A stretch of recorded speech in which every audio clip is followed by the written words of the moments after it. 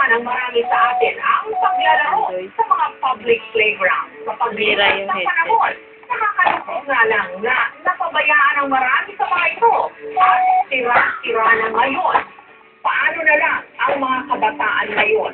Paano rin masisiguro na ligtas ang mga materyales na ginagamit sa paggawa ng mga public playground? Kiti-kiti ka ba? Ito ang issue at istoryang binantayan si Marisol Abduraman. Marisol, Ma'am Jess, napakadelikado at talagang nakakabahala pero ang nakakalungkot. Charles. Tapos na ang naging findings ng ECOWAS Coalition, wala pa rin ginagawa ang Charles. pamahalang Quezon City. So ngayon, eto lang sasaksihan nga natin, Charles. marami pa rin mga batang pumupunta dito at hindi pa rin nga nila isinara itong section na kung saan nakitaan na may mataas na lead content. Ito man, agad daw nagpababa ng memo Charles.